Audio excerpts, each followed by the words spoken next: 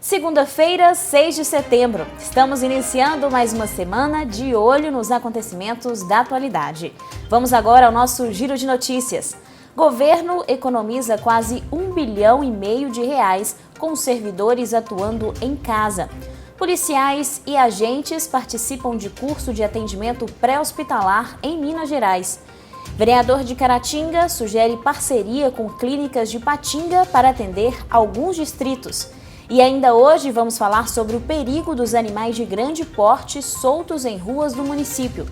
Pandemia faz aumentar a procura por atendimentos direcionados para a saúde mental.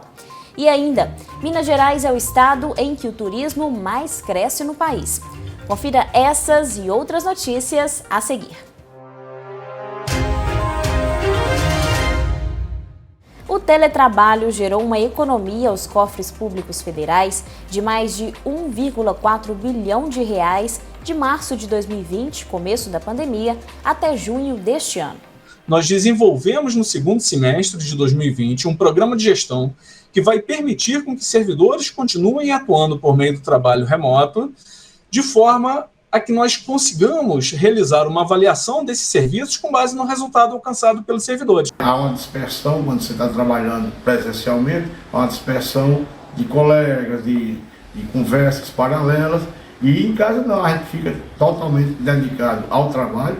65 policiais penais e 10 agentes socioeducativos participaram do curso de operadores de atendimento pré-hospitalar de combate no nível básico.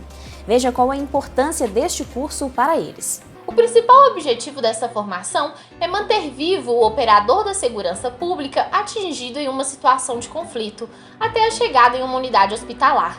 Mais uma vez, a segurança pública avança ofertando cursos essenciais para a formação de seus profissionais. A Prefeitura de Bom Jesus do Galho está realizando a construção de uma ponte na comunidade Córrego Boa Sorte. A antiga estava em situação precária e colocava em risco a vida dos moradores, além de dificultar o trânsito local. A ponte, desde 12 anos atrás, nós que fizemos a manutenção dela, conta própria, põe um planchão, por 10, põe em outro.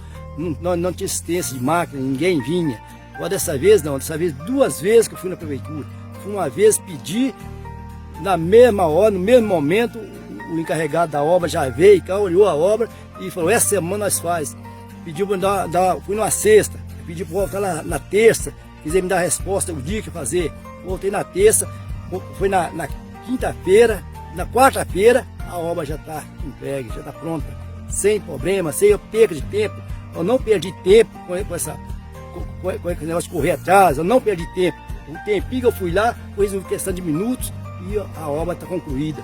Na última reunião do Poder Legislativo de Caratinga, o vereador Johnny Cláudio pediu que o município estude a viabilidade de fazer um convênio ou uma parceria com clínicas de exame médicos na cidade de Ipatinga, visando o atendimento dos moradores das localidades de Cordeiro de Minas, São Cândido, Ilha do Rio Doce e loteamento bairro Porto Seguro.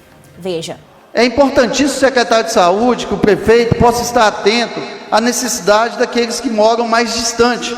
Então a gente solicita uma parceria com convênios da cidade de Ipatinga, visando o atendimento de moradores da ilha, do bairro Porto Seguro, São Cândido, Cordeiro e demais localidades.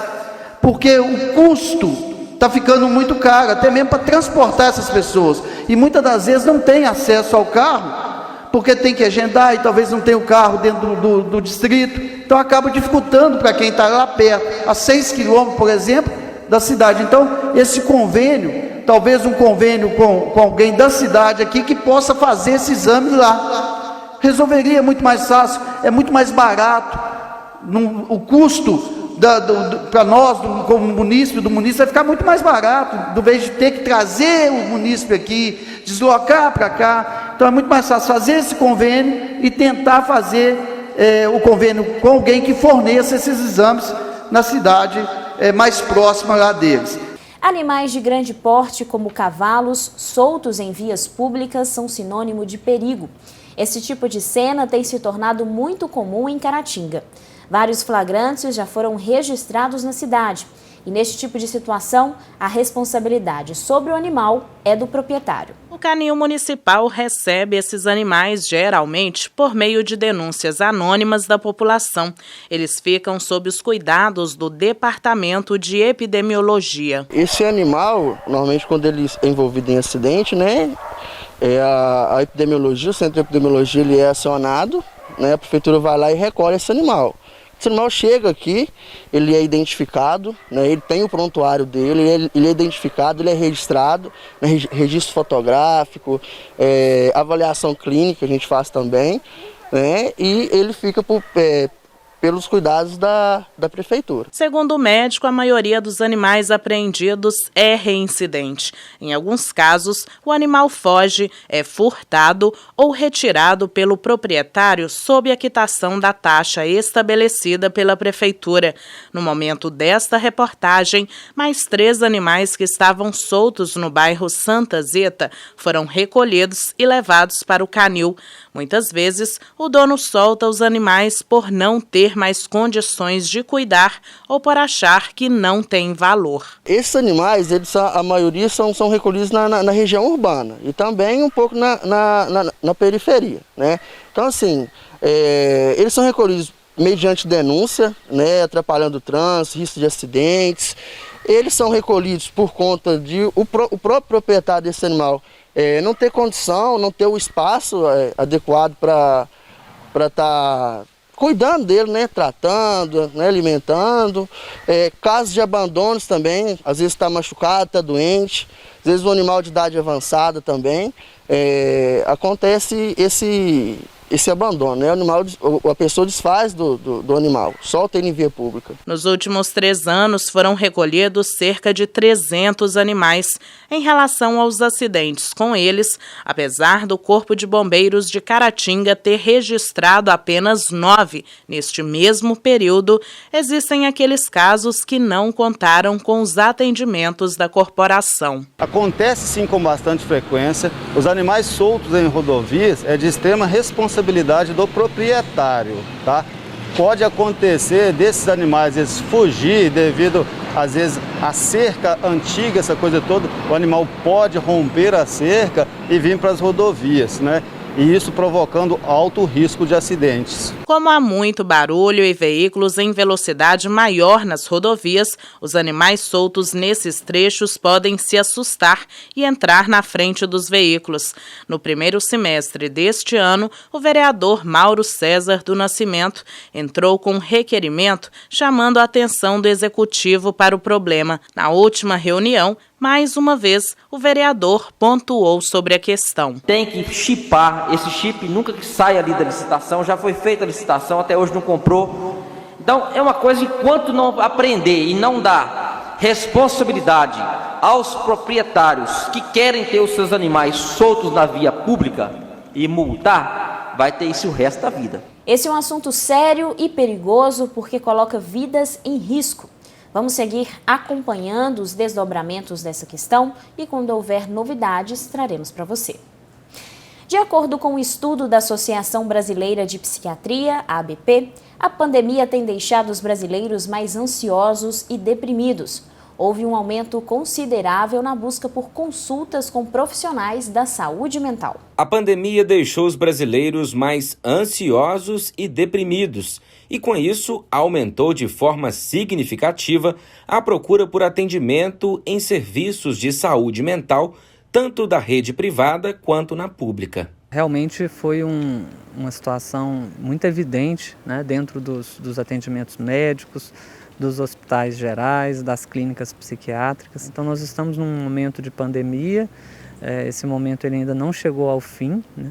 E pela extensão desse tempo, gerando receios, ansiedade, medo, insegurança, um vírus ainda desconhecido para muitas pessoas, um luto em grande parte das famílias.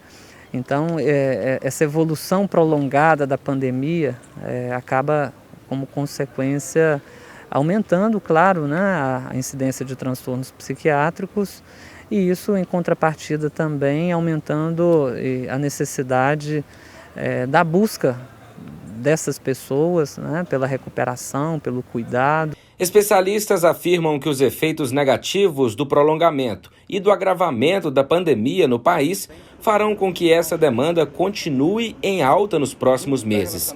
Algumas doenças e transtornos mentais são mais comuns neste período. As síndromes depressivas, o transtorno afetivo bipolar, os transtornos de ansiedade, entre eles o de ansiedade generalizada, de estresse pós-traumático, o transtorno do pânico, as fobias, principalmente fobias simples, como a própria fobia, a aversão ao vírus, a vacinação e outros receios e medos que são aflorados nesse período. E na situação mais grave, os quadros psicóticos e o comportamento suicida. Então são uma série de situações que estão em alta nesse momento. A saúde mental precisa ser cuidada como qualquer outro problema de saúde para se evitar complicações e problemas irreversíveis futuros. O psicólogo ou psiquiatra é o aliado de quem mais precisa neste momento. Os profissionais que atuam com saúde mental, da importância de fortalecer justamente as medidas de prevenção para conseguirmos lidar com essa pandemia oculta aí, que é justamente o quanto está aflorado o surgimento desses quadros psiquiátricos que anteriormente estavam mais brandos, e hoje a gente percebe o quanto está grave aí para a maior parte das pessoas. Para que os problemas de saúde mental não afetem todos ao seu redor, é de extrema importância iniciar um tratamento com um profissional da área. Nós percebemos aí a manifestação da doença dentro desse perfil biopsicossocial. Então, o adoecimento de uma pessoa reflete dentro daquela família e, claro, vai refletir dentro da sociedade, do ambiente em que ele se encontra. Muitas pessoas vão ter que deixar de trabalhar por conta do problema em que se passam.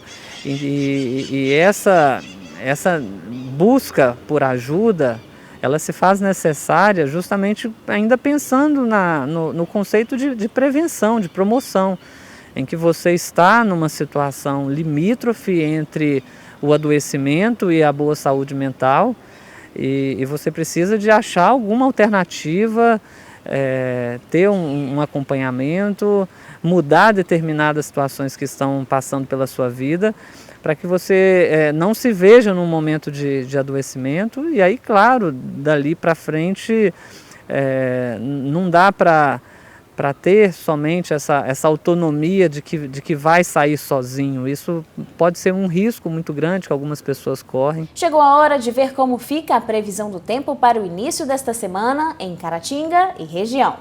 De acordo com o Clima Tempo, a previsão para terça-feira em Caratinga será de sol com algumas nuvens e não chove. A mínima é de 18 graus e a máxima de 30 graus. Em Ubaporanga, a previsão será de sol com algumas nuvens e também não chove. A mínima é de 18 graus e a máxima de 31 graus. Em Ipaba, a previsão também é de sol com algumas nuvens e não chove. A mínima é de 21 graus e a máxima de 34 graus. As atividades turísticas em Minas Gerais têm registrado um sólido crescimento nos últimos meses. É o que mostra a pesquisa mensal de serviços realizada pelo Instituto Brasileiro de Geografia e Estatística, o IBGE. O levantamento coloca Minas com o melhor desempenho nacional no índice de atividades turísticas. Minas Gerais está entre os 10 destinos mais acolhedores do mundo. Além de um povo hospitaleiro e de uma culinária rica, diversificada e, acima de tudo, saborosa, suas riquezas naturais e cidades históricas também são considerados grandes atrativos. Entre maio e junho deste ano, Minas apresentou um crescimento de mais de 19% nas atividades turísticas, um número considerado expressivo, sobretudo em tempos de pandemia. Paulo Sérgio da Silva, que mantém uma agência de turismo há mais de 25 anos em Caratinga, acredita que os números podem ser atribuídos, dentre outras questões, aos atrativos diversificados existentes no estado e a mudança de comportamento do público interno, devido às situações impostas pela Covid-19. Uma das coisas que estão acontecendo é que, por conta da pandemia, as pessoas estão procurando viajar mais próximo, não dependendo tanto de transporte coletivo, tanto no terrestre quanto no aéreo, muitas vezes indo no seu carro próprio. Então, de repente, o deslocamento mais curto é melhor. E, na realidade, Minas, o mineiro não conhece Minas. Então, quem faz o passeio em Minas é Rio de Janeiro, e a proximidade de São Paulo com Minas faz esse fluxo aumentar, né? E já também do Rio de Janeiro. E, com certeza, o mineiro, que não é muito de visitar Minas Gerais, ele, por conta desse deslocamento mais curto, ele também acrescentou essa população, vamos chamar assim, de pessoas que estão transitando dentro de Minas Gerais. Como o setor do turismo foi um dos mais impactados com a pandemia, Paulo Sérgio entende que a reabertura das atividades se dará de forma gradual e que será preciso criatividade para se adaptar às novas tendências desse mercado, o chamado novo normal. O turismo, em relação à pandemia, ele com certeza foi o primeiro setor a paralisar, e a tendência é o último setor a retomar. As pessoas, em termos de deslocamento, né, essa questão do coletivo, de estar com mais pessoas, a questão dos eventos, de estar num local que muitas pessoas às vezes não seguem os protocolos de biossegurança, então muitas pessoas têm esse receio. Logicamente, com o crescimento da vacinação, as pessoas começam a ter mais confiança, né? E o turismo começa também, o deslocamento na realidade, começa a ir aumentando, e a previsão é realmente que o turismo retome a partir de 2022, a parte doméstica, que é a que a gente chama de circular dentro do próprio país, né? E o internacional, ele está começando em função das aberturas de alguns países, mas com muitas restrições e sem garantia que aquela abertura vai dar continuidade. Criatividade, batalha, continuar acreditando num setor que vem crescendo há muitos anos. Os resultados expressivos também estão relacionados às ações de estímulo à retomada segura das atividades em Minas, como o programa Reviva Turismo, iniciativa do governo estadual por meio da Secretaria de Estado de Cultura e Turismo. Então, acho que isso também fortalece muito o que a gente tem aqui em Minas Gerais, né? E além disso tudo, né, da gente estar preparado, a gente estar, né, preocupado com a segurança, a gente ter os destinos extremamente organizados, a gente estar nas tendências que são essas, né, a tendência hoje das pessoas viajarem para próximo, mas buscarem muito essa questão da natureza, dessa liberdade, dessa conexão, do bem-estar, o turismo, né, de aventura, além das cidades históricas, né, barrocas e coloniais que temos, e todos os nossos patrimônios. Só em Minas Gerais temos 4 patrimônios do mundo, né? De fato, Minas Gerais tem um grande potencial turístico a ser explorado, e isso nos enche de orgulho. Estamos caminhando para o fim da edição desta segunda-feira. E se quiser rever as reportagens de hoje, basta acessar as redes sociais do Panorama. Desejamos a todos uma ótima semana. Ficamos por aqui, mas amanhã estaremos de volta. Até lá!